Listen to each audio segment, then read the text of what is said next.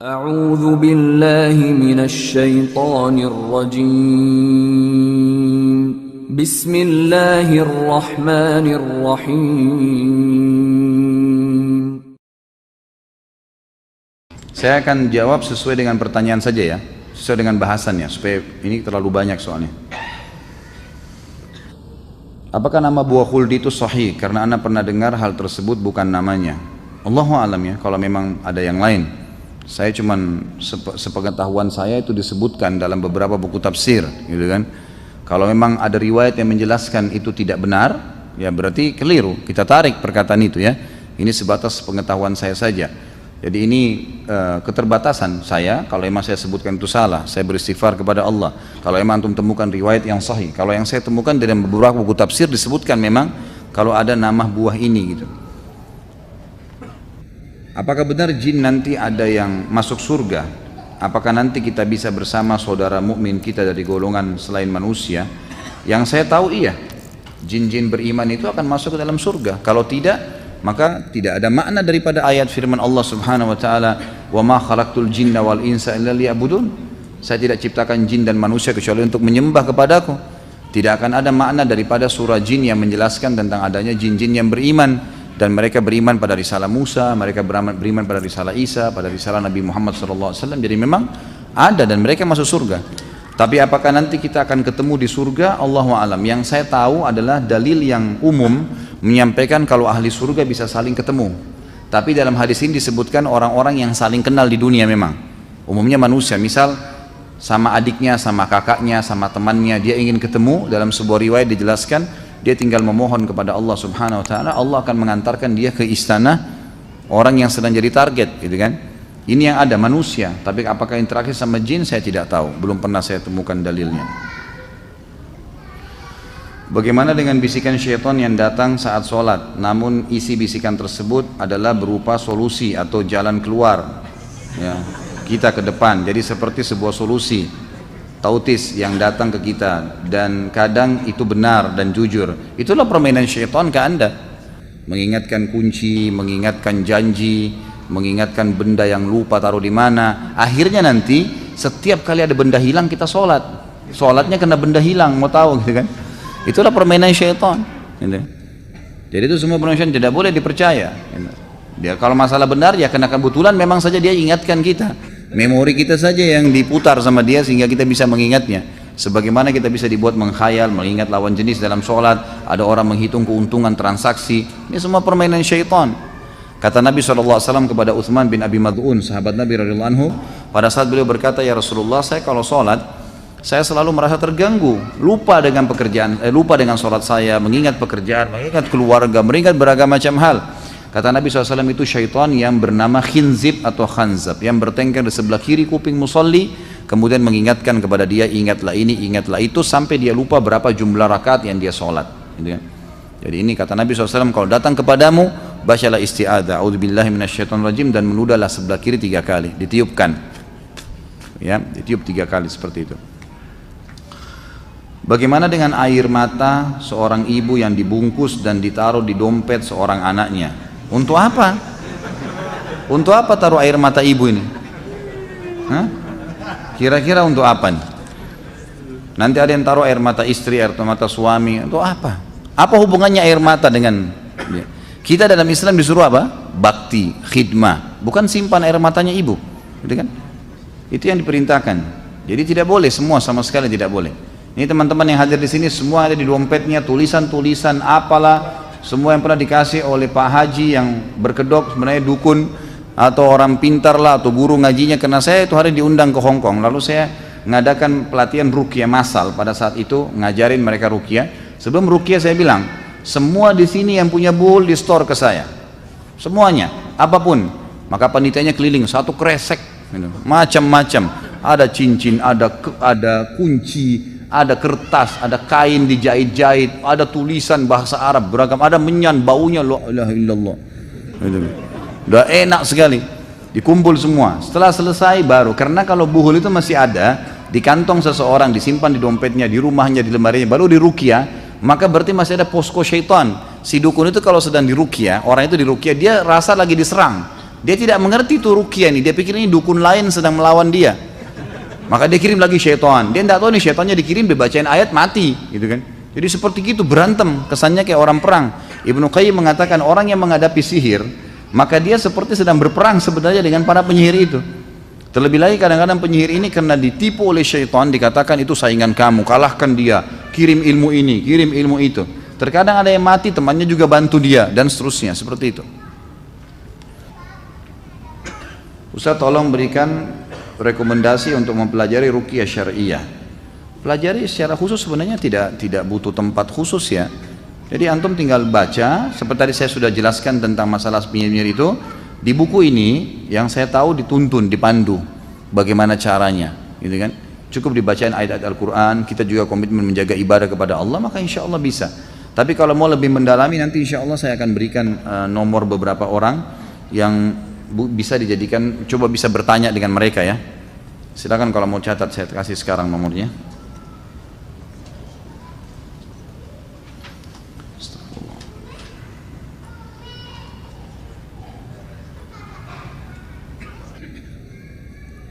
Yang punya banyak syaitan silakan ya. Ini yang sering saya kasih ke teman-teman, ada Ustadz Sahal 0896 0896 3041 3041 4084 0896 3041 4084 atau 081 8021 081 8021 91718. Saya ulangi dari awal ya, 0896 3041 4084 atau 081 8021 91718. Kemudian ada juga Ustadz Hussein Mubarak, ini juga salah satu teman peruqyah, 0813 1709 0813 1709 6419 6419. Ini yang saya kasih nomornya yang saya kenal ya. Kalau misalnya teman-teman punya rekomendasi dari para ustadz lain silahkan saja ya, yang saya tahu ini mereka memang insya Allah orang-orang yang menjaga ibadahnya dengan Allah dan tiap hari memang membantu untuk itu, membantu untuk ngeruqyah, dan insya Allah bisa belajar juga dari mereka. Bagaimana caranya menyadarkan orang-orang yang terlibat dalam praktek sihir agar dapat bertobat dan kembali ke jalan Allah? Sebenarnya sama dengan umumnya dosa ya, sama dengan umumnya dosa. Apapun yang berhubungan dengan masalah dosa, maka yang bisa menyadarkan adalah menyampaikan wahyu Allah, menyampaikan tentang hukum-hukum yang telah Allah tentukan. Kalau ini tidak boleh, bicara apa adanya, sampaikan. Ini hukumnya haram, ini tidak boleh. Maka diberikan hadiah buku, CD, semua itu insya Allah termasuk boleh kita lakukan, dan selebihnya serahkan kepada Allah subhanahu wa ta'ala. Banyak orang subhanallah sadar dengan hal-hal yang kecil sekali, mungkin cuma dengan peringatan satu kali, mungkin cuma dengan buku, gitu kan. Itu insya Allah sudah cukup untuk membuat orang-orang ini sadar. Kita cukup menyampaikan, selebihnya sudah tidak bisa. Dan semestinya saya pernah umroh dengan salah satu jaksa kalau tidak salah ya, di salah satu kota di Sumatera. Terus beliau mengatakan sudah keluar sekarang peraturan pemerintah kita, maka dibolehkan untuk menangkap aliran-aliran sesat dan juga praktek-praktek ilmu hitam ini, gitu. Dan itu satu hal yang positif. Artinya memang harus dibendung, tidak boleh dibiarkan, tidak boleh dibiarkan. Jangan terpengaruh dengan promosi dukun ya. Ini laki-laki di sini nih, panjangin alat vital, gitu. Itu praktek dukun, tidak boleh, tidak usah, syukuri yang ada, gitu kan. Udahlah, tidak perlu dipanjangin, dipendekin, nggak perlu. Dahulu kami diberikan kertas tulisan Arab oleh bibi dan disuruh simpan. Kami sempat simpan, terus kami takut kertas tersebut adalah jimat, jadi kami buang. Apakah kami berdosa karena sempat menyimpannya? Kalau tidak, tentu saja dosa ya. Kalau ada orang tidak sholat karena tidak tahu, ya tetap dosa misalnya. Melanggar perbuatan. Ada orang zina nggak tahu kalau itu hukumnya dosa, tetap dia berdosa. Tapi Allah SWT terima kalau dia taubat. Allah SWT terima kalau dia taubat. Dan kalau ada buhul seperti ini, saran saya jangan dibuang, dimusnahkan. Memang dibakar, memang harus dimusnahkan. Apapun itu dibakar. Sebelum dibakar dibacakan surah Al-Falaq dan An-Nas, ditiupkan ke buhul tersebut, kemudian dibakar, dimusnahkan, gitu kan. Itu jauh lebih aman, karena kalau dibuang, maka buhul itu semua ada syaitannya, dia bisa kemana lagi, gitu. Dia bisa menyusahkan manusia yang lain, itu memang dimusnahkan. Di rumah ibu saya masih ditanam kepala kambing. Ibu saya dulu mempercayai ini untuk kebaikan. Bagaimana cara kami memberitahukan hal itu kepada ibu bahwa ini adalah salah? Apa perlu mengambil kepala kambing yang terkubur itu dengan cara membongkar ubin? Tentu saja. Dibongkar itu lebih efektif. Dibongkar kalau ditahu tempatnya. Masalah pembongkaran buhul atau membuang sesuatu yang sifatnya memang pelanggaran agama, itu nggak perlu izin sama pemiliknya. Jadi nggak perlu bilang, ibu saya mau bongkar ya, keluarin kepalanya, enggak. Emang kalau ada peluang, ada kesempatan, Allah mudahkan dan kita tahu, maka kita bongkar itu. Karena selama itu ada, pasti akan ada syaitannya dan akan mengganggu rumah itu, membuat orang tidak nyaman lah, membuat orang ketakutan lah, gitu kan. Sering mengganggu anak-anak kecil, itu sudah umum terjadi. Dan jadi memang semestinya harus dikeluarkan. Masalah ibu anda, berikan penjelasan apa adanya. Sebelum menyampaikan penjelasan, berdoa kepada Allah, ya Allah mudahkanlah supaya ibu saya dapat hidayah. Lalu sampaikan. Dan tidak usah bawa nama anda, supaya biasanya orang tua itu tidak mau dinasihatin sama anaknya, tapi coba bilang, tadi saya hadir pengajian, saya dengar dari Ustadz ada penyampaian seperti ini ibu, kayaknya termasuk dulu itu buhul mungkin yang ditanamkan, khawatir nanti ada masalah-masalah ya, saya mungkin akan menghilangkan gitu kan, atau cuma sekedar mengatakan mudah-mudahan Allah ampuni kita ibu, itu salah gitu. Jadi disampaikan apa adanya, insya Allah. Mungkin beliau tidak paham gitu. Bagaimana Ustaz, bagaimana menghancurkan jin yang bersemayam di perut seseorang dan bagaimana mengusir rasa takut ketika sendirian di malam hari? Dibacain ruqyah, baca ruqyah, ditiup telapak tangan, diusap perutnya, terus baca lagi, diulang-ulangin tuh. Nanti ada buku ini, beli saja panduannya ya. Nanti ditiupkan ke perut supaya diniatkan menghancurkan. Kemudian kalau orang sudah masuk sihir ke badannya dan ada syaitan, kena pernah disihir atau pernah dia belajar, maka memang ini butuh beberapa metode ruqyah. Di antaranya dia sering mengusap tubuhnya dengan meruqyah telapak tangannya sendiri, mengusap, meniupkan. Kemudian juga yang kedua dia meminum air yang dia minum misalnya, gitu kan. Itu memang dia tiupkan ke air tersebut lalu dia minum. Boleh juga menggunakan minyak habbah sauda, ya, minyak zaitun. Ada jenis minyak zaitun yang sifatnya dikonsumsi di luar, kalau tidak salah yang tulisannya Fomes. Zaitun Fomes itu memang untuk konsumsi luar saja, untuk kulit, perawatan kulit. Tapi ada yang virgin, zaitun virgin itu memang bisa untuk dikonsumsi, untuk diminum. Itu bagus juga ya. Saya pernah dapatkan dari salah satu masyayikh bahwasanya kalau minyak itu diruqyah, sama halnya boleh meruqyah air, maka minyak itu kalau digosok di tempat yang memang dasarnya ada sihir atau ada syaitan, maka selama minyak itu tidak hilang, reaksi ayat terus berpengaruh. Reaksi ayat terus berpengaruh, maka dianjurkan untuk itu. Saya kemarin Ramadan sempat umrah alhamdulillah dan ketemu dengan salah satu guru saya, Dr. Amin Fallata. Beliau guru besar Al-Quran di Mekah, di Ummul Qura, dan saya sempat berbicara tentang masalah ruqyah dengan beliau dan beliau sempat menambahkan pengetahuan buat saya gitu kan. Salah satunya adalah kalau orang kesurupan atau kena sihir, maka cara efektif untuk mengetahui dia disihir oleh siapa, biasanya karena dia terzalimi, Allah memberikan dia feeling kalau ada orang yang menyihirnya. Kalau misalnya ditanya, kira-kira menurut kamu siapa yang menyihir, lalu disebutkan namanya si fulan misalnya, maka boleh seseorang peruqyah mengucapkan di kuping dia, sihirnya si fulan, sebut nama orang itu, saya minta kepada Allah agar dibatalkan, lalu membaca salah satu ayat ruqyah tentang perkataan Nabi Musa alaihissalam, majitum bihis sihru innallaha sayubtilu, ya, apa yang kalian lakukan adalah sihir, pasti Allah akan membatalkan. Diulang-ulangin, beliau mengatakan ayat itu diulang-ulangin. Pada saat dia terasa ada reaksi, berarti betul orang itu yang menyihirnya, gitu kan. Tinggal sering berdoa kepada Allah agar orang itu diberikan hidayah, atau Allah SWT hukum dia, gitu kan, hukum dia. Jadi bisa dengan cara mengusap dari luar, bisa dengan cara meniupkan ke air atau minyak yang dikonsumsi, gitu kan. Ada juga metode yang lain, sebagian ulama membolehkan ini, sebagaimana air boleh dibasahkan, dibandingkan seperti Bimbas mengatakan, boleh juga air diruqyah, dimasukkan daun bidara lalu dipakai berendam, gitu kan. Kalau sudah terlalu besar sihir di tubuhnya, maka dia berendam di alam air yang sudah diruqyah itu, gitu kan. Itu juga termasuk. Jadi sering kali terjadi teman-teman peruqyah berbagi dengan saya, kalau air itu walaupun dingin, kalau sudah diruqyah, bagi orang yang kena sihir air itu panas, air itu panas gitu kan, dia rasa panas sekali. Tapi memang dia harus kalau mau sembuh masuk ke dalam situ, jadi itu insya Allah akan membakar setan-setan yang ada di badannya.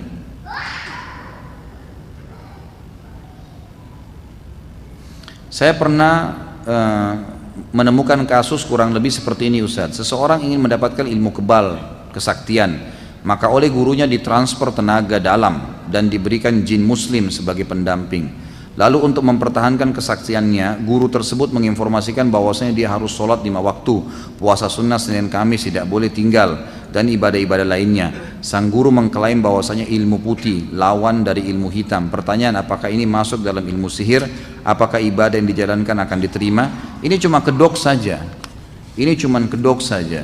Jadi masalah dia suruh sholat, dia suruh puasa, itu kedok. Permainan syaitan, baik menipu si guru tadi, atau memang si guru ini juga sebenarnya tahu. Ya, karena dia mendekati pasien atau mendekati targetnya dengan apa yang disukai oleh orang itu. Kalau orang itu suka ibadah, sholat, diingatkan kamu harus sholat, tanpa juga dukun bilang, ya kita pasti sholat lah, Allah perintahkan gitu kan. Tapi itu ditunggangin. Pastinya nanti ada hal-hal lain yang memang diberikan syarat. Mungkin minimal yang paling sering standar itu pasti diberikan tulisan-tulisan, diberikan sesuatu yang disuruh simpan di dompet tadi, ya, disuruh mengamalkan. Seperti misal ada salah satu, tadi yang saya kasih nomornya Ustadz Sahal mengatakan, saya pernah, dia bilang, Ustadz datang ke Jawa Tengah di satu pesantren, dan di pesantren itu terdiri dari ratusan murid. Saya ajarkan metode ruqyah, baca ayat ruqyah, bagaimana meniup ke telapak tangan, bagaimana mengusap tubuh. Dia bilang saya ajarkan itu. Pada saat saya praktekin ruqyah di masjid, hampir satu pesantren semuanya kesurupan. Di masjid, santri di pesantren, gitu kan. Kata kiainya, Anda ini ajarin apa nih? Kata Ustaz Sa'ad, Anda lihat, Pak Kiai lihat sendiri, saya bacain ayat kursi, Al-Falaq, Al-Ikhlas, An-Nas, gitu kan. Lalu Ustaz Sa'ad bilang, coba Pak Kiai muhasabah, ada enggak amalan-amalan yang dikerjakan yang tidak sesuai dengan sunnah? Mungkin ada sesuatu yang Pak Kiai, enggak, di sini pesantren belajar Islam kok. Coba muhasabah, mungkin ada sesuatu yang Pak Kiai suruh rutin kerjakan tapi tidak ada sunnahnya dari Nabi. Ternyata setelah ditelusurin baru kiainya bilang, sebenarnya sih murid-murid sini setiap malam Jumat membaca salah satu dari Asma'ul Husna, saya lupa sekarang apa itu, tapi yang jelas dibaca sampai 4.000 kali. Nah ini tidak pernah Nabi contohkan, tidak pernah Nabi SAW perintahkan itu, gitu kan? Nah sesuatu yang Nabi tidak contohkan pun itu bisa ditunggangi oleh syaitan, gitu kan? Ini kasus-kasus sihir ya. Saya bukan sedang membicarakan ada orang yang salah dengan perbuatannya. Saya bicara tentang orang yang kesurupan sama syaitan. Pernah juga kasus, kami duduk bermusyawarah dengan beberapa teman yang ruqyah, kemudian dia bilang ada satu orang kesurupan. Ustadz Hussein tadi yang saya kasih nomor yang kedua juga bilang sama saya. Setelah saya kesurupan lalu jinnya kesakitan minta-minta ampun, saya tanya, kamu kenapa masuk ke orang ini? Dia bilang orang ini setiap hari manggil saya 1000 kali. Emang kenapa? Apa yang orang ini bilang? Orang ini selalu bilang ya Jabbar, ya Jabbar, ya Jabbar. Ya Jabbar ini sifatnya Allah ya, yang Maha Perkasa. Tapi dibaca 1000 kali per hari. Pernah nggak Nabi ajarin? Nggak pernah. Kata jin, ini pengakuan jinnya. Jinnya bilang apa? Nama saya Abdul Jabbar. Saya masuk ke badan dia. Seperti itu. Gitu ya? Ini contoh-contoh kasus banyak sekali terjadi seperti itu pada saat ngeruqyah ya, pada saat ngeruqyah. Jadi seperti itulah kurang lebih yang apa namanya yang terjadi. Apakah santet itu ada? Ada santet. Ada, ilmu sihir itu bagian daripada ilmu sihir, gitu kan? Ada, saya sudah sebutkan tadi, dia masuk dari bagian dari 4 jenis sihir tadi yang saya bilang. Ada memang. Dan itu memang permainan-permainan syaitan, permainan syaitan. Jadi jangan terpengaruh dengan kalau dikatakan jin muslim lah. Saya sudah bilang tadi ya, masuk dalam kategori syaitan jin yang fasik. Siapa tuh jin yang fasik? Jin yang muslim tapi masih berbuat dosa. Kan itu. Sama dengan manusia yang fasik. Jadi itu masih masuk dalam kategori syaitan. Ulama masukkan dia sama dengan jin yang kafir. Mereka syaitan. Jadi tidak ada istilahnya memelihara jin. Pernah nggak dengarkan riwayat Nabi SAW punya jin? Maksudnya Nabi lebih berhak dong, gitu kan? Itu tidak benar semuanya. Kalau emang benar ya Nabi sudah pelihara jin, seluruh jin malah tunduk dengan beliau, gitu kan?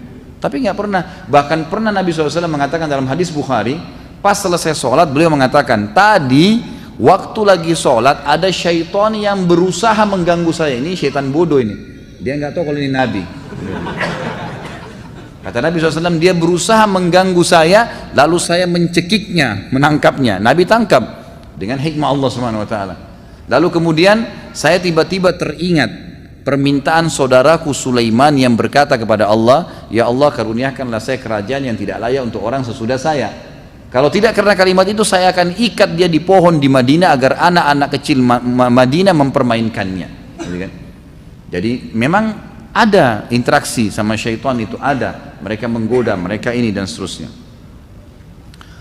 Ustaz, dahulu saya pernah ikut pengajian di mana di situ diajarkan kepada jamaahnya dengan amalan yang berbeda-beda seperti zikir-zikir tertentu. Misalnya si fulan mau membuka usaha baru, punya permasalahan tertentu yang ustadznya memberikan amalan berupa zikir-zikir tertentu dengan jumlah yang ditentukan, atau sholat malam dengan niat tertentu yang tidak ada contohnya atau sunnahnya, dan sebagian dari jemaahnya seakan-akan merasakan manfaat dari amalan tersebut. Bagaimana menurut pandangan syariat tentang pengajian tersebut? Tentu saya sudah bilang ya, jangan selamanya karena itu bentuknya seakan-akan ibadah lalu kita mau menjalankan begitu saja, gitu. Kita harus tahu memang harus ada landasannya. Nabi SAW diutus memang untuk itu, ya, untuk mencontohkan ibadah, dan beliau tidak meninggal kecuali sudah menyampaikan semua. Nggak ada lagi yang kurang, gitu kan? Kalau ada zikir yang Nabi SAW tentukan, misal istighfar, saya beristighfar 70 sampai 100 kali, penentuan jumlahnya, penentuan lafadznya, maka kita kerjakan. Si ustadz menuntun, itu nggak ada masalah. Tapi kalau kayak tadi misalnya menggunakan Asmaul Husna, mengucapkan sampai 4.000 kali misalnya, dari mana pernah sunnahnya nih? Gitu. Ini harus diperbaiki, tidak boleh. Gitu kan? Karena para ulama mengatakan ada dua dosa. Ada dosa syahwat, dosa diikuti dengan syahwat seperti zina, mencuri, riba dan seterusnya. Ada dosa yang syubhat. Ini bahaya nih. Dosa yang orangnya tidak tahu kalau dia buat dosa. Itulah perbuatan bid'ah, perbuatan syirik. Mereka nggak tahu kalau mereka sedang buat dosa. Gitu kan? Jadi ini harus lebih hati-hati.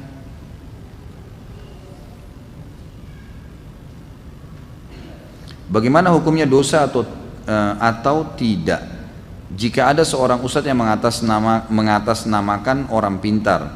Ustadz itu sering meramal kakak saya masalah kehidupan, bahwa kakak saya akan menikah 3 kali.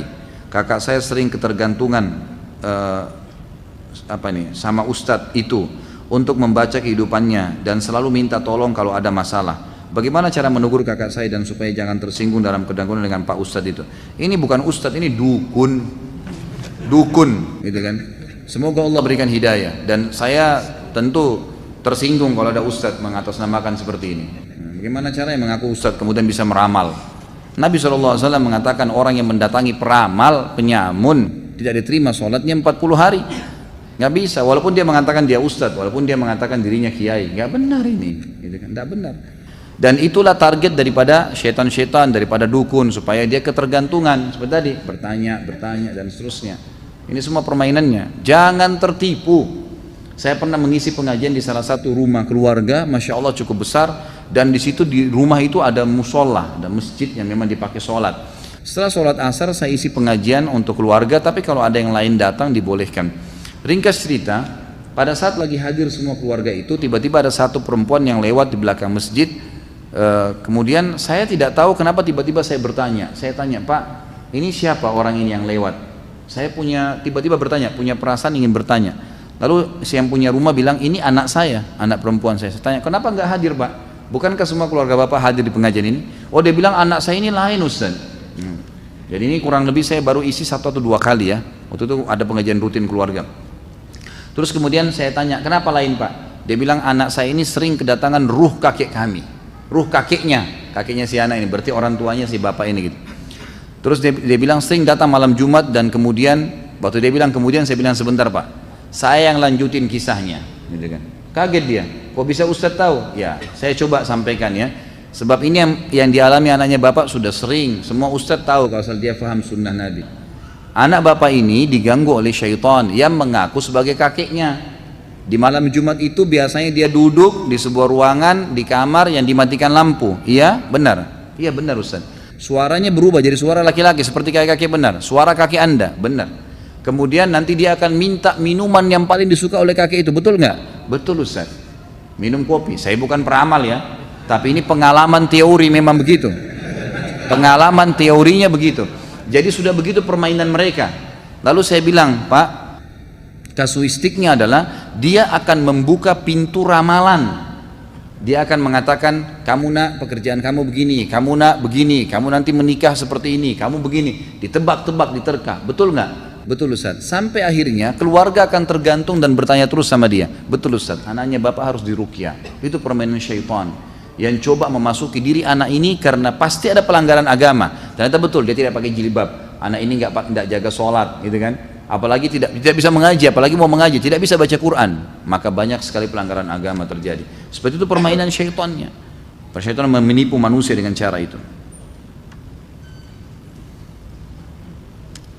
Kitab apa yang dijadikan rujukan dalam kajian dosa-dosa besar seperti dosa besar ini? Saya ingin membeli. Tentu ada terbitan. Kalau yang saya pakai warna merah ini memang dibagi cuma-cuma.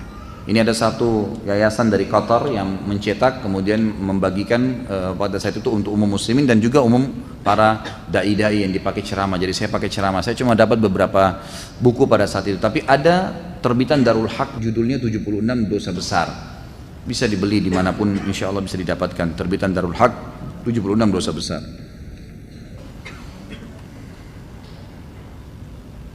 Dalam pekerjaan saya di lapangan, bila memulai suatu aktivitas di suatu daerah, masyarakat setempat seringkali meminta untuk menyembelih hewan meskipun sudah diberikan penjelasan mengenai syirik. Mereka seringkali ngotot dengan mengatakan yang akan melakukan penyembelihan adalah seorang imam masjid dan tetap mengucapkan bismillah. Biasanya perusahaan akhirnya memutuskan untuk memberi sejumlah uang dan tutup mata dengan apa yang mereka lakukan. Apakah tindakan ini benar dan apa yang sebaiknya dilakukan? Kita harus tahu dulu dia menyembelih untuk apa nih. Kalau misal dia meminta agar masyarakat diberikan makanan ya, dengan cara menyembelih seekor sapi, seekor kambing, dibacakan bismillah untuk menjamu masyarakat di sekitar perusahaan, tidak ada masalah. Hal-hal biasa memberikan makan orang perintah dalam agama. Tapi kalau ini dianggap sebuah syarat, buka di sini supaya tidak diganggu, supaya begini, supaya begitu, ini semua tidak dibolehkan. Walaupun imam masjid, walaupun yang bergelar kiai, dan ini saya terus terang ya, mestinya teman-teman kita kiai, ustadz-ustadz ini mesti menyampaikan kepada masyarakat, tidak boleh membiarkan orang-orang dukun ini menggunakan istilah yang sama, kiai atau ustadz. Ini nggak boleh sama sekali. Mereka merusak citra ini, gitu kan? Memang mereka ini lawannya para dai. Mereka juru bicaranya syaitan. Gimana sih? Dai-dai juru bicaranya Allah Subhanahu Wa Taala. Mereka mengajak kepada kemusyrikan, kita mengajak kepada tauhid. Beda sekali. Ini menyesatkan manusia, ini membawa manusia kepada jalan yang benar. Jauh, kan gitu. Jadi nggak boleh dibiarkan. Bagaimana hukum memakai pelaris yang didapat melalui zikir-zikir yang dibacakan melalui media air yang disebarkan ke sekeliling toko? Sama, nggak boleh. Nggak ada pernah contoh dari Nabi SAW. Tidak pernah ada contohnya, maka jangan dikerjakan. Nggak usah, saya sudah tuntun tadi. Caranya, modalnya halal, produk yang dijual halal, jauhi sistem yang haram. Nggak boleh ada riba, nggak boleh ada gharar, merugikan salah satu pihak, nggak boleh manipulasi. Udah jalani bismillah. Dan Anda kalau yang bertanya ini bisa ikuti ceramah saya Tablik Akbar, sudah ada 8 orang sahabat kita bahas. Semuanya menceritakan bagaimana mereka menjadi miliarder dan bisnis biasa, jual cangkul, jual kurma. Allah berkah itu. Karena modalnya benar, produk yang dijual benar, jauhi semua dari sistemnya yang haram. Udah selesai, sistem yang benar, maka insya Allah diberkahi oleh Allah SWT. Bagaimana menghilangkan pengaruh sihir yang ditujukan kepada diri kita? Saya sudah bahasakan tadi ya. Berdoa, ruqyah, membaca ayat-ayat dan hadis-hadis Nabi SAW, doa yang sudah diajarkan. Saya punya saudara, dia di setiap malam atau momen tertentu seringkali kesurupan arwah bapaknya. Kemudian dalam keadaan tersebut ia berwasiat kepada keluarga, anak cucunya bagaimana hukumnya ini ya, bagaimana cara untuk meluruskan di keluarga. Subhanallah, belum ditanya saya sudah ceritain dari contoh ya. Dia sudah terjawab insya Allah. Fenomena batu akik semakin marak, apalagi saat ini sedang demam batu sojol gitu, yang konon mempunyai kekuatan menambah kekuatan orang yang memakainya dan mencuci tangan dengan air rendaman batu tersebut. Bagaimana menasihati orang tersebut? Apalagi yang punya pemikiran tersebut adalah orang tua kita sendiri. Ini nggak boleh semua. Dari mana batu bisa memberikan sesuatu itu? Kalau ditanya hukum memakai cincin dalam Islam boleh nggak? Boleh. Nabi SAW menggunakannya. Tapi Nabi SAW menggunakan di jari kelingkingnya dan sebelah kanan. Kalau orang muslim laki-laki menggunakannya karena niat Nabi pakai, sunnah boleh. Tapi tidak pernah ada riwayat menjelaskan Nabi meniup-niupi ayat di situ di cincinnya. Nabi tidak pernah tiupin ayat.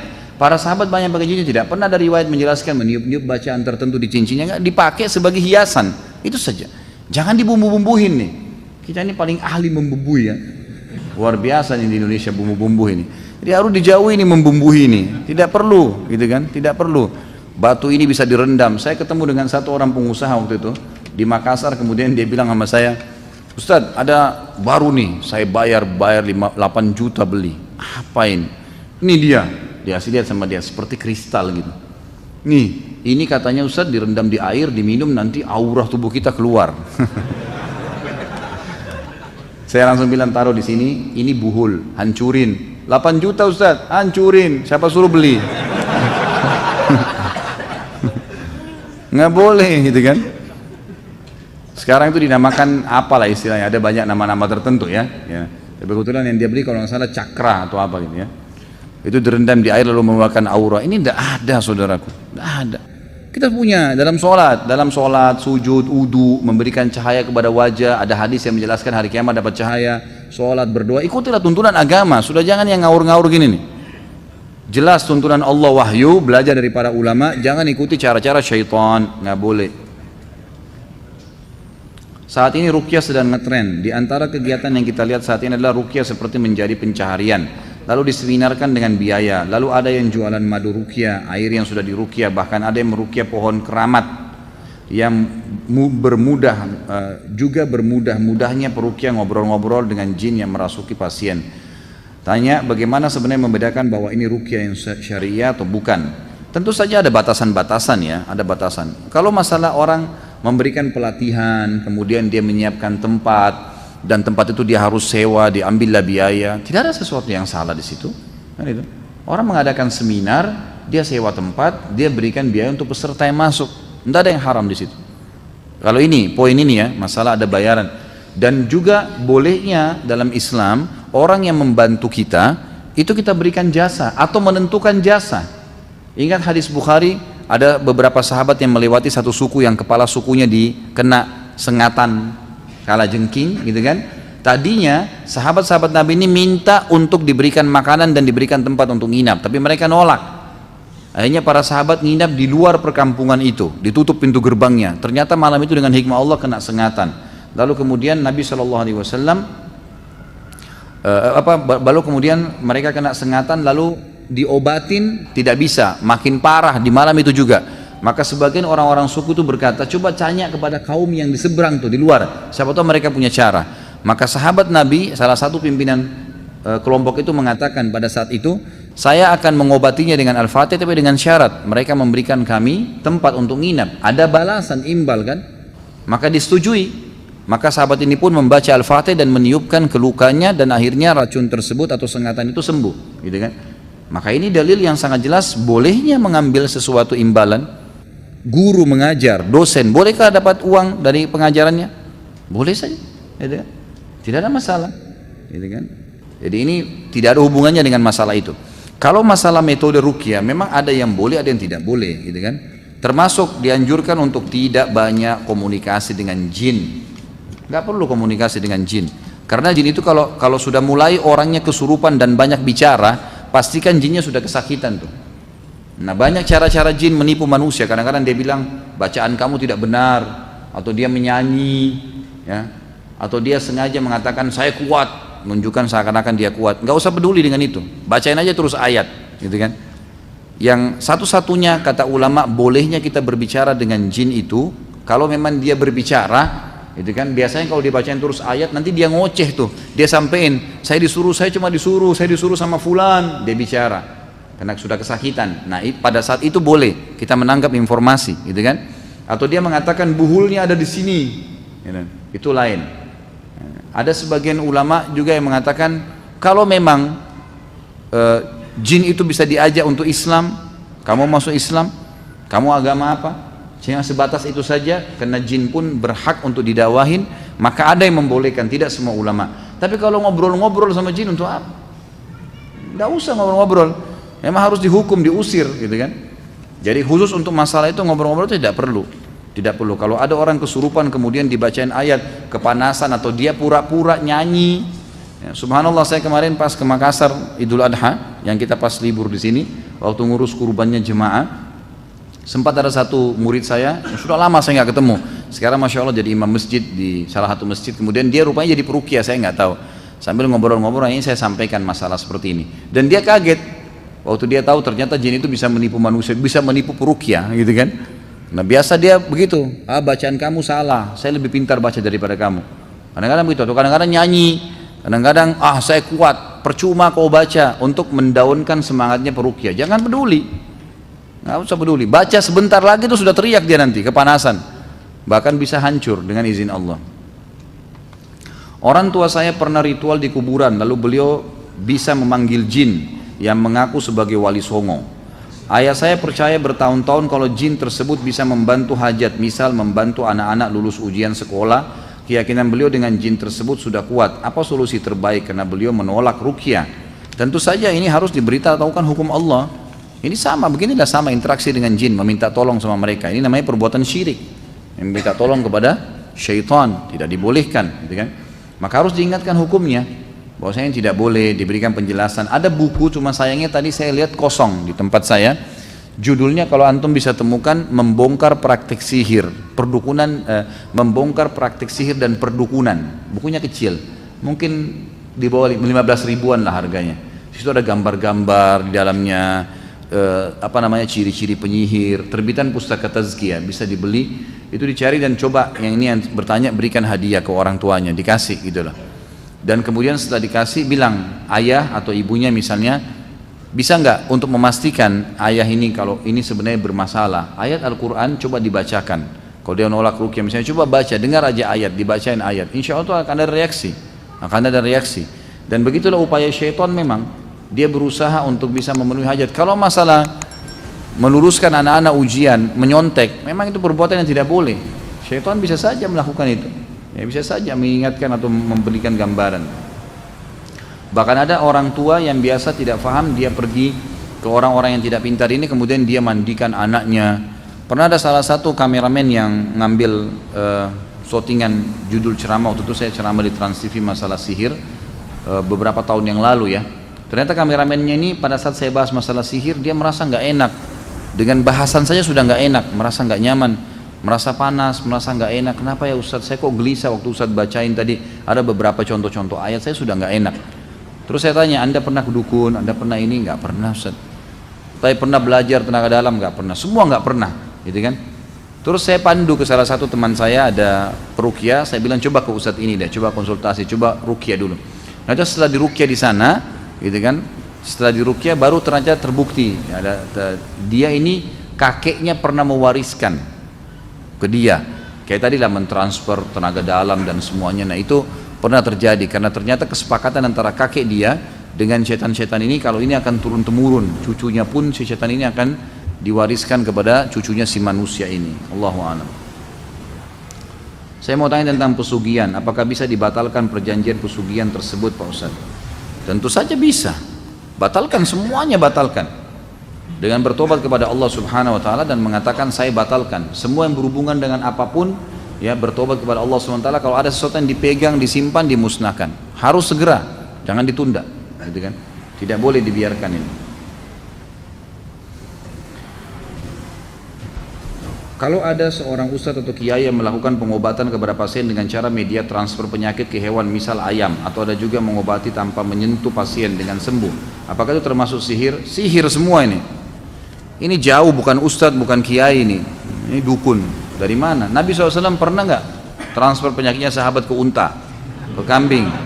Nggak pernah. Dari mana ini?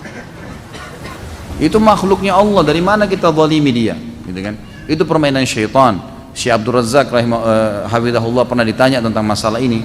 Beliau salah satu pengajar di Masjid Nabawi, beliau mengatakan ini permainan syaitan semua. Jadi membuat kesannya penyakit itu kayak pindah ke orang ini. Bisa saja, dan yang paling sering terjadi, orang-orang yang sakit ini memang yang mendatangkan penyakit dia adalah syaitan itu, gitu kan? Syaitan bisa merekayasa keadaan seakan-akan tubuh orang itu bengkak misalnya, perutnya kembung, orang kalau kena santet, kena sihir, kepalanya benjol, ada darah, ada ini, ada itu, macam-macam. Nah itu semua permainan syaitan yang masuk ke tubuhnya, mempermainkan. Kemudian nanti datanglah ke orang-orang ini, kemudian syaitan yang mengganggu dia, ini seperti sebuah marketing ya. Kalau dalam manusia ini, nanti syaitan itu seakan-akan membisikkan dia atau menyampaikan ke orang lain, padahal dia sudah buat masalah di tubuhnya manusia ini, untuk datang ke orang-orang yang tadi bisa mengobati penyakit. Dia juga punya pelihara banyak sekali syaitan-syaitan nih. Syaitan ini negosiasi nih. Ini ada orang nih, saya buat penyakit, kamu kasih apa saya sebagai imbalnya, gitu kan? Lalu kemudian dia datanglah ke situ. Lalu kemudian seakan-akan penyakit itu dilempar ke ayam, gitu kan? Seakan-akan. Dan sihir kita harus tahu ya, Allah sebutkan dalam Al-Quran, mengubah sesuatu depan mata sehingga berubah dari bentuk aslinya atau bergerak, padahal dia sebenarnya tidak bergerak. Seperti itulah. Itu permainan syaitan semua, tidak ada. Makanya caranya pasti seperti orang tenaga dalam tuh, memindahkan, mendorong, ini semua dengan menggunakan sama sihir semuanya. Apakah kesurupan itu benar jin yang masuk? Iya, benar jin yang masuk. Itu reaksi dan itu sudah jelas. Makanya dibacain terus ayat. Dan saya sarankan teman-teman untuk selalu membaca zikir pagi sore. Coba menjaga satu hari itu minimal setengah lembar Al-Quran. Azan, sholat, jaga 5 waktu. Jaga diri dari yang haram, itu luar biasa tuh. Terjaga dari syaitan. Terjaga dari syaitan. Syaitan itu tidak bisa sembarangan masuk juga. Ya, dia tertahan. Tapi orang yang memang lost, gak sholat, terbuka auratnya, banyak dosa dilakukan, ini luar biasa. Masuk keluar masuk syaitannya, gitu kan? Mungkin dia juga, jadi tidak berpengaruh ayat ruqyah. Jadi artinya reaksinya sangat kecil kalau orang itu nggak sholat, nggak tutup aurat, kemudian mau praktekin ruqyah, ketawa syaitannya. Jadi harus dia juga punya benteng-benteng di dalam tubuhnya, gitu kan? Yang memang bisa membantu dia untuk itu. Apa hukum orang di ruqyah? Boleh saja, tidak ada masalah. Hadis Nabi SAW yang berbunyi 70 ribu dari umatku masuk surga tanpa hisab. Di antaranya orang yang tidak tatayur, menggantung nasib sama benda, tidak bertato dan tidak minta diruqyah. Di sini tidak minta diruqyah, ruqyah secara etimologi, artinya mantra yang ditiupkan, bukan ruqyah syariah. Makanya selalu disebutkan ruqyah itu ruqyah syariah, ada syariahnya sesuai dengan syariat. Kalau yang kita baca-baca ayat tadi yang ada di dalam buku panduan ini, itu semuanya adalah yang disesuaikan dengan sunnah, itu ruqyah syariah namanya. Kalau ruqyah saja berarti secara etimologi itu adalah mantra. Jadi mantra-mantra dukun pun dikatakan ruqyah. Makanya tadi Ibnu Mas'ud mengatakan ar-ruqa, jamak daripada ruqyah, gitu kan? Bagian daripada syirik. Artinya mantra yang disebutkan, bacaan yang ditiupkan tidak sesuai dengan syariat namanya ruqyah juga. Makanya sesuai dengan syariat dikatakan ruqyah syariah, ada tambahannya. Ada seseorang yang mengatakan zikir kalau hanya di mulut tidak ada gunanya, termasuk bacaan Quran. Tapi yang afdal tengah malam. Saya nggak tahu apa maksudnya ini. Tentu kalau bacaan baca Al-Quran, zikir, berdoa adalah ibadah badan. Ibadah badan ya, mesti memang diucapkan dengan lisan. Itu yang kita tahu. Nabi SAW diketahui oleh para sahabat kalau lagi berzikir dengan suara yang didengarkan oleh mereka, dengan komat kamitnya mulut Nabi SAW. Jadi memang seperti itu. Kalau ada orang yang mengatakan ini percuma, ini butuh dalil. Dari mana percuma? Memang begitu panduannya. Cuma memang ibadah badan harus diikuti dengan ibadah hati ya. Ibadah hati itu ikhlas, tawakal, roja, berharap, khauf, takut. Itu semua harus ada, gitu kan? Perasaan itu ibadah hati menguatkan ibadah badan. Gitu. Jadi ikhlas, doa, zikir yang dibaca dengan mulut diikuti dengan keikhlasan dalam hati baru diterima.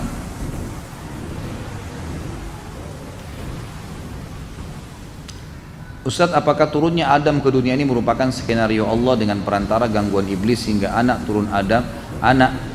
turunan Adam hidup di dunia? Tentu saja kita nggak bisa katakan kalimat ini ya. Ini tidak santun dengan Allah. Kalau dikatakan skenario ya, Anda kutip.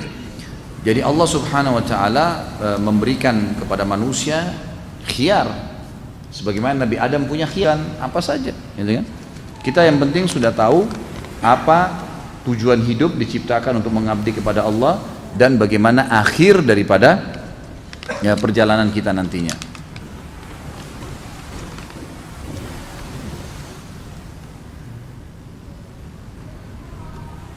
Mau tanya dalil yang sahih tentang kalimat segala sesuatu tidak akan terjadi tanpa izin dari Allah supaya bisa mengatasi penyakit was-was, khawatir yang sangat berlebihan.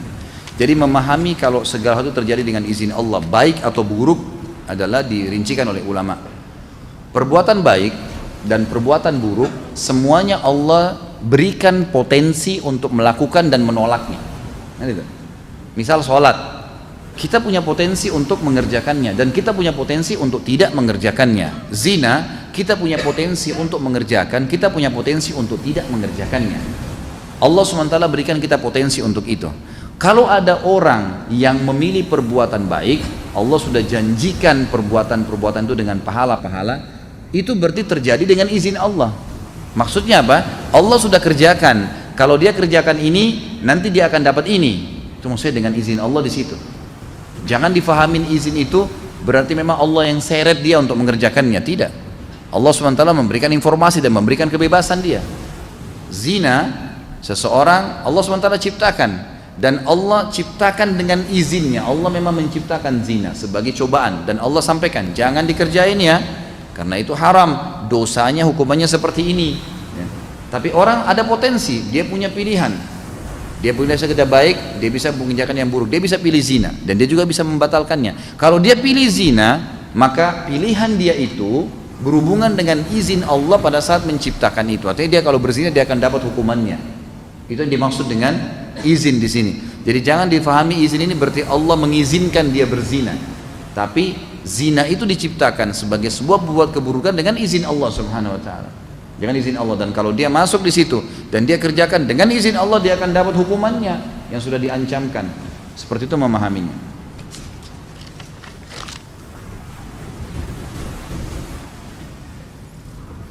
Apakah mungkin profil feature atau foto yang kita pasang di media sosial bisa dijadikan media sihir? Sangat bisa. Dan mulai sekarang jangan pasang foto. Untuk apa? Hari ini foto pakai baju biru, besok baju merah, besok baju hitam. Untuk apa? Untuk dipuji sama orang, ganteng ya, cantik ya, sebatas panjang lidahnya, tapi itu bisa jadi media sihir. Karena foto itu adalah cara yang termudah untuk menggunakan sihir. Rata-rata seperti itu. Maka saran saya jangan, hati-hati. Kalau darurat di KTP, di SIM, masalah lah, gitu kan? Di ijazah, dia diperlukan. Jadi nggak usah terlalu banyak pamer sana sini, nggak perlu, gitu kan? Nah, ini berbahaya memang. Apakah ain atau mata panas masuk di kategori sihir? Sebenarnya tidak dikatakan sihir kalau ain, penyakit lain. Karena sihir memang adanya interaksi antara si jin sama manusia menggunakan ilmu yang namanya sihir. Kalau ain itu lahirnya dari hasud, dari penyakit hati. Kata Nabi SAW dalam hadis sahih, inna lil aini lal haq, mata panas itu benar terjadi. Masa panas ini kalau ada orang yang terbiasa hatinya hasud, iri terus dengan orang. Kalau orang punya mobil, dia yang merasa terbebani, seakan-akan beban mobil yang 1 ton itu beban di pundaknya. Orang beli AC, dia yang kedinginan, gitu kan. Orang beli kulkas, dia yang kesakitan. Gimana? Tidak ada hubungannya sama dia. Terbiasa hasud.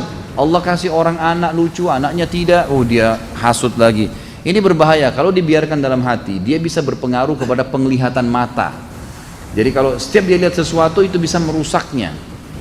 Makanya pernah ada sahabat yang lagi mandi, kebetulan sahabat ini punya fisik yang Masya Allah, kulitnya putih bersih, orangnya gagah sekali. Dan zaman dulu orang tidak punya WC atau kamar mandi di rumah. Mereka kalau mau mandi atau ke WC, termasuk Nabi SAW itu ke padang pasir, gitu kan. Lokasi padang pasir, mereka ke sana lalu mereka tutup dengan pelapa-pelapa kurma, lalu kemudian mereka menyelesaikan hajatnya di situ. Memang zaman dulu mereka tidak punya sistem, dan alhamdulillah kita sekarang sudah ada dalam rumah, gitu kan. Itu dulu di luar rumah.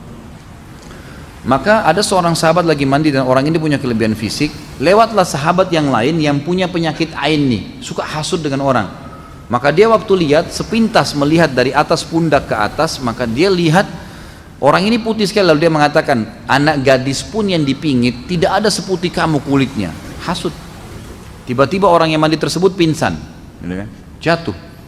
Maka sampailah berita kepada Nabi SAW. Kata Nabi SAW, siapa tadi yang melihatnya orang ini waktu lagi mandi? Dikatakan si fulan, dipanggil oleh Nabi SAW. Kata Nabi, halla barakta, tidakkah kau mengatakan Masya Allah, tabarakallah, ini dengan kelebihan yang Allah kasih, semoga Allah berkahi.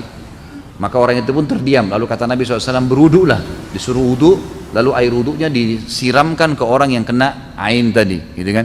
Waktu kena air maka dia bangun tiba-tiba. Nah ini ain, dia menyerupai sihir tapi sebenarnya bukan sihir. Dia bukan sihir, dia memang kena hasut seseorang. Dan cara pengobatannya juga dengan ruqyah. Ain juga di ruqyah, dibacain ayat. Paling efektif kalau ditahu siapa yang menghasutnya, siapa orang yang tidak nyaman sama dia itu, disuruh wudu, air wudunya dipakai mandi. Sebagaimana tadi Nabi SAW praktikkan kepada sahabat ini, gitu kan. Tapi dia bukan bagian dari sihir yang saya tahu. Apakah sulap yang menggunakan alat-alat yang sudah dimodifikasi sedemikian rupa sehingga menampilkan hal-hal yang seperti sihir, misal menghilangkan benda digolongkan sebagai sihir? Kalau dia murni teknologi maka tidak, gitu kan. Tidak masuk dalam sihir. Tapi minimal dia masuk kepada dukungan terhadap sihir, ya. Dia seperti jembatan. Nanti akhirnya orang sudah sulit membedakan mana yang sihir sebenarnya, mana yang cuma teknologi, gitu kan. Nanti bisa saja begitu. Maka sebaiknya memang dijauhi. Sebaiknya dijauhi. Semua yang bisa membuka pintu kita kepada hal-hal yang salah dan melanggar agama harus dijauhi. Apalagi sihir ini, saudaraku, adalah perbuatan yang membawa kita kepada jalur neraka, jalurnya iblis dan syaitan. Tidak boleh, bertolak belakang sekali dengan agama, maka tidak boleh apapun yang mendukungnya. Bagaimana hukum memajang ayat Al-Quran di rumah, apakah diperbolehkan? Saya menemukan ada sebagian orang menyangga kali ya, hal tersebut bisa menganggap hal tersebut bisa mencegah syaitan masuk. Apakah dengan memajang ayat Al-Quran tersebut dengan niat seperti ini diperbolehkan? Kalau hanya sekedar pajangan ditaruh dengan niat memang itu simbol, kalau ini rumah orang Islam misalnya, masih ada pendapat ulama yang membolehkan, masih ada. Tapi keyakinan bahwasanya bisa mengusir syaitan ini tidak ada sama sekali. Saya sudah kasih contoh tadi, sebesar apapun tulisan ayat kursi di rumah kita, setebal apapun dan sebagus apapun Al-Quran yang kita taruh di kepala antara kita dengan istri di ranjang, tidak bisa mengusir syaitan, gitu kan? Nggak bisa, kecuali dibaca baru bisa, dibaca baru berpengaruh.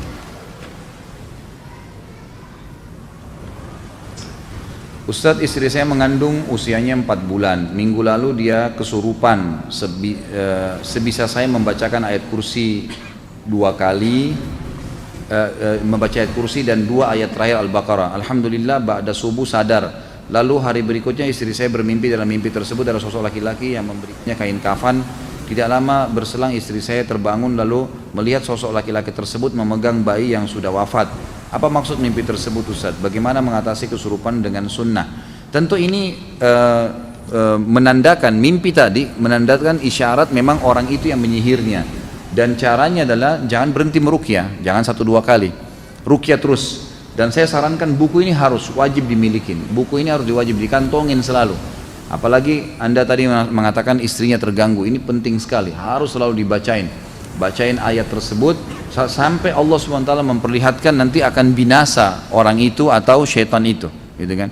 Jadi itu memang gangguan-gangguan syaitan yang sering mereka perlihatkan itu pocong, kain kafan, memang begitu dalam mimpi.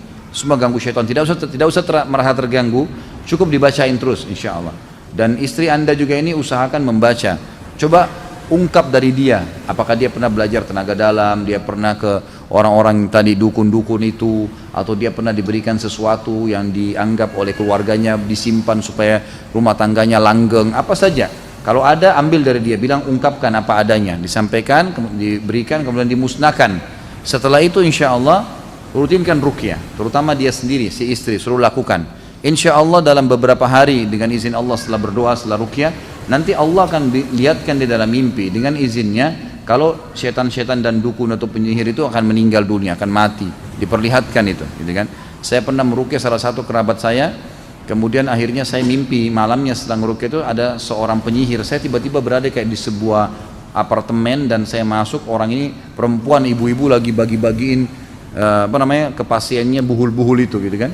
Dalam mimpi itu saya melihat dia kayak melotot atau lihat saya bacain ayat kursi, sampai saya lihat dalam mimpi itu dia terbakar hangus. Waktu saya bacain ayat itu, saya baru tahu ternyata semalam saya sempat membantu salah satu kerabat saya. Jadi memang dengan izin Allah mereka bisa terbunuh dengan cara itu, dengan izin Allah Subhanahu Wa Taala. Jadi dibacakan saja, itu permainan syaitan, tidak perlu khawatir, dibacakan dan usahakan kalau istri antum ini punya buhul harus dimusnahkan. Saya pernah baca buku yang mengatakan iblis pimpinan malaikat, mempunyai nama-nama yang agung di setiap tingkat langit. Apa benar? Kalau tidak salah karangan Al-Ghazali. Ini tidak pernah ada riwayat. Yang kita tahu dalam Al-Quran kan dijelaskan. Iblis itu Allah mengatakan kana minal jinni fafasaqa an amri rabbih. Dia golongan jin dan dia berfasik, ya, bermaksiat kepada Tuhannya. Itu yang kita tahu dalam Al-Quran. Tidak pernah ada penjelasan kalau dia dari malaikat.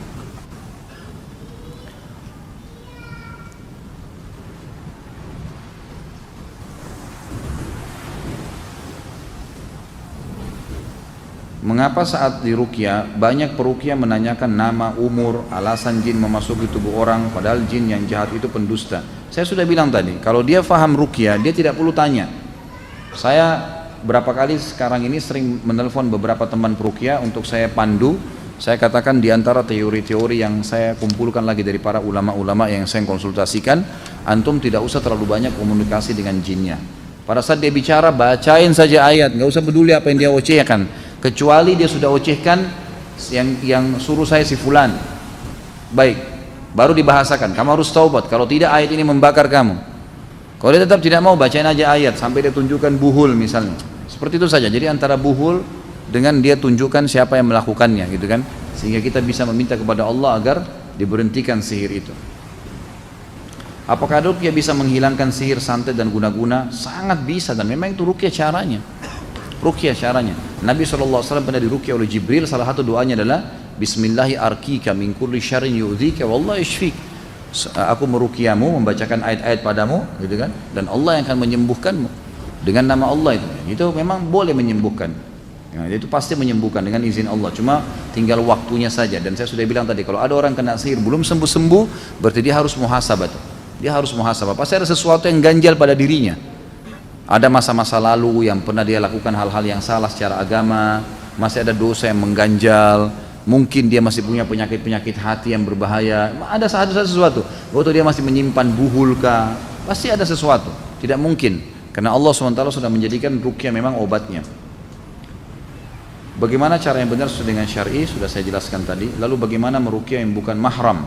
Ya sebaiknya sesama jenis ya, atau kalaupun misalnya seorang perempuan kena sihir kemudian mau diruqyah oleh seorang teman peruqyah, maka harus ada mahramnya di situ kan, suaminya misalnya gitu kan, suaminya yang atau saudara laki-lakinya, maka ada mahram, tidak boleh berdua-duaan. Bagaimana peran Jibril? Bagaimana peran Jibril saat ini? Allahu alam. Saya nggak pernah ketemu Jibril. Saya nggak tahu gitu kan. Jadi kita tidak tahu. Jangan tanya yang di luar batas manusia. Gitu. Nabi Muhammad SAW saya tidak tahu kapan Jibril datang, tidak pernah tahu. Datang tiba-tiba ya, baru Nabi tahu, gitu kan. Sahabat-sahabat juga kalau melihat Jibril melihat dalam poster manusia, bukan sebagai malaikat, gitu kan. Itu yang terjadi. Kalau saya pribadi lebih jauh lagi, ya, tidak mungkin saya tahu gitu. Ustadz, iblis tidak mati, apakah jin bisa mati? Iblis mati ya, bukan tidak mati. Mati tapi nanti hari kiamat, bersama dengan hancurnya kiamat, iblis mati. Jadi dia mati. Apakah jin mati? Mati semua. Semua mati. Ada doa Nabi SAW mengatakan, ya sesungguhnya Allah kaum maha hidup, jin dan manusia mati. Ada hadis Nabi SAW, doa mereka, beliau begitu. Apa ini? Fatwa Ibnu Taimiyah soal larangan membunuh syaitan. Berarti syaitan bisa mati. Apakah syaitan juga beranak pianak? Sudah saya jelaskan tadi. Kalau masalah fatwa Ibnu Taimiyah melarang membunuh syaitan, saya tidak tahu ini. Saya tidak pernah tahu, mungkin sebatas ilmu saya ya. Tapi kalau apakah syaitan mati, saya sudah katakan iya. Apakah beranak pianak? Iya. Jadi syaitan itu, jin itu sama dengan kita ini manusia. Menikah, punya anak, ada juga yang berzina, ada yang anak di luar zina, ya seperti manusia. Cuma bedanya kita nggak lihat. Sama dengan itu. Apakah iblis bisa menikah dengan jin yang Islam tapi imannya lemah? Untuk apa bertanya gini nih? Nggak usah tanya masalah iblis, nggak perlu. Hah? Kok aneh-aneh aja nih? Ini sudah kehabisan pertanyaan rupanya ya. Kalau mau lebih baik tanya temannya nikah atau anda nikah, itu kan lebih baik daripada iblis kan? Baik, ini masalah ain sudah. Kaifa haluka Ustaz Khalid? Alhamdulillah baik. Lama tak jumpa Ustaz, 2 minggu serasa 2 tahun. Rasanya kangen kalau nggak dengar tausiah Ustaz Khalid. Dengerin di YouTube udah berkali-kali nggak bosan-bosan. Sampai istri saya gerah. karena yang didengar masalah poligami. Ceramah saya itu ada 300 judul. Poligami itu belum pernah judul khusus ya, cuma pertanyaan. Kenapa antum dengar yang itu? Gitu. Kan masih banyak yang lain gitu. Emang sengaja cari gara-gara kan gitu. Ana mau nanya, apakah ain bisa mengena ke barang atau hanya orang saja? Bisa ke barang. Bahkan di Saudi itu saya dengarkan dari para masyayikh, dari para ulama-ulama kita tuh bisa sampai merusak kendaraan. Ada mobil baru lewat, oh baru ya, bagus ya, itu bisa tabrakan itu. Makanya harus hati-hati. Caranya diobati dengan selalu mengucapkan Masya Allah, Tabarakallah. Nah kalau di Saudi itu sudah menjadi tradisi orang karena mereka faham sekali. Dan ada hadis Nabi, hati-hati teman-teman. Bunyinya gini, kata Nabi SAW, mayoritas umatku mati penyebabnya ain. Penyebabnya ain. Justru karena hasutnya orang. Jadi rumah tangganya orang bisa pecah, usahanya bisa bangkrut, badannya bisa sakit, itu karena ain. Dan obatnya sederhana. Obatnya setiap orang puji, kita mengatakan Masya Allah, Tabarakallah. Selalu begitu. Atau kalau kita memuji, kita juga mengucapkan. Walaupun antum tidak punya penyakit ain, tetap harus hati-hati. Setiap muji anak, muji istri, muji suami, muji kendaraan sendiri, Masya Allah, biasakan. Kalau di Saudi itu ditempel stiker tuh, Masya Allah, Tabarakallah, di mobil. Jadi orang begitu lihat mobilnya baca itu dulu, gitu kan. Di rumah juga begitu. Kalau kita masuk ke rumah-rumah yang bagus di Saudi itu pasti ditulis di depan pintu gerbangnya Masya Allah, ukirannya itu. Ukirannya itu. Kalau kita kan banyak ayat kursi, banyak Allah dan Muhammad. Kalau di sana memang tulisan itu dan memang itu perlu disosialisasikan, dibiasakan ya, karena memang itu caranya. Anak-anak kita baru lahir ada yang datang lucu ya, Masya Allah. Kita yang bilang, oh rumah kamu bagus ya, Masya Allah. Kita selalu bilang Masya Allah. Itu usahakan di lidah kita. Supaya tidak terkena ain atau panas, siapa yang harus mengucapkan Masya Allah? Yang sudah saya jawab ya. Jika orang yang mengucapkan hasud pasti nggak mungkin mengucapkan Masya Allah. Untuk menangkalnya apakah kita pihak kedua sebagai objek yang harus mengucapkan? Ya tentu saja. Walaupun orang sudah bilang Masya Allah rumah kamu bagus, tetap aja kita bilang Masya Allah. Nggak apa-apa. Dapat pahala menjalankan sunnah Nabi dan sekalian menjadi tameng. Di mana bisa mendapatkan biji untuk menanam daun bidara? Ana pernah beli cuma sudah dalam bentuk serbuk. Apa boleh dikonsumsi untuk diminum? Lebih baik beli di mana saja. Tidak usah beli bijinya. Pohonnya sudah ada. Pohonnya ada, pohon bidara. Jadi beli yang kecil-kecil aja. Makin kecil sebenarnya makin murah ya. Kan kalau kecil-kecil mungkin ukuran setengah meter, 60 cm. Kalau bisa dapat yang meter lebih 2 meter itu juga bagus. Asal ada tempat untuk naruh ya. Kalau saya sih di rumah saya taruh di pot pun bisa, gitu kan. Dan itu Masya Allah sangat subur. Yang penting dia selalu lembab, dibasahin terus setiap hari. Itu pohonnya subur, ya, pohonnya subur. Kalau antum punya lokasi yang luas di rumah, di belakang rumah itu selalu ditanam bagus, gitu kan. Gak ada masalah. Jadi bukan bijinya, pohonnya udah banyak dijual kok. Daun bidara tinggal beli. Kalau masalah yang dibeli secara serbuk, apakah boleh dikonsumsi? Boleh, gak ada masalah. Karena gak ada masalah mengkonsumsi itu ya, gak ada masalah mengkonsumsi itu.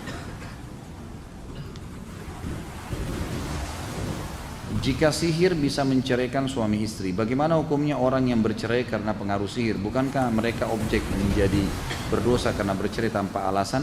Ya tentu saja ya, dia tidak, kalau memang dalam kondisi dia tidak sadar ya tersihir, maka itu tidak berdosa, tidak berdosa.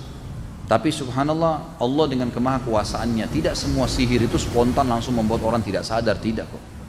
Dia sadar, cuman ada reaksi, ada pengaruh, gitu kan? Ada pengaruh yang sering memancing emosinya naik. Ada pengaruh bisikan untuk membuat dia selalu mencari-cari kesalahan pasangan, gitu kan? Jadi itu ada. Dia bisa sebenarnya meredamnya. Sihir pun sekuat apapun dalam rumah tangga, tidak semua sihir bisa menceraikan suami istri. Banyak orang yang disihir tidak cerai, tapi dia terganggu, gitu kan? Makanya harus ruqyah. Jadi tidak semuanya juga berhasil. Hukuman bagi pelaku sihir adalah dibunuh. Apakah pemerintah yang seharusnya melakukan hukum tersebut? Lalu bagaimana dengan fenomena banyaknya dukun yang merajalela di tanah air, bahkan sampai diiklankan di surat kabar? Tentu pemerintah ya. Yang saya tahu pemerintah. Jadi pemerintah harusnya mengeluarkan peraturan itu. Saya yakin insya Allah salah satu hal yang paling banyak membuat kekacauan di Indonesia itu penyihir. Sehingga orang yang jadi preman berani karena dia punya jimat, dianggap dia punya kekuatan, gitu kan? Orang yang mau mengganggu rumah tangga orang gampang, tinggal bermain di sihir, gitu kan? Orang yang mau lari usahanya, pergi ambil pelaris. Jadi memang sihir ini banyak, makanya harus diberhentiin. Pemerintah harus turun tangan, dan harusnya ini selalu disampaikan, dibahasakan. Siapa yang bisa membahasakan? Kayak saya sekarang membahasakan melalui media kita. Ini yang saya mampu lakukan. di YouTube misalnya, di teman-teman ini atau teman-teman hadir di sini sampaikan kepada teman-teman yang lain, itu yang kita bisa lakukan. Dan semoga Allah berikan petunjuk kepada pemerintah kita. Ini harus diberhentikan, nggak boleh tidak ini. Nggak boleh, ini berbahaya sekali, ini menyesatkan manusia dari jalan Allah Subhanahu Wa Taala. Apakah orang yang meminta diruqyah tidak termasuk dari 70.000 orang yang masuk surga tanpa hisab? Sudah saya jelaskan. Bagaimana logikanya orang ketika diruqyah terkadang bisa keluar paku, silet dan benda-benda yang tidak masuk akal?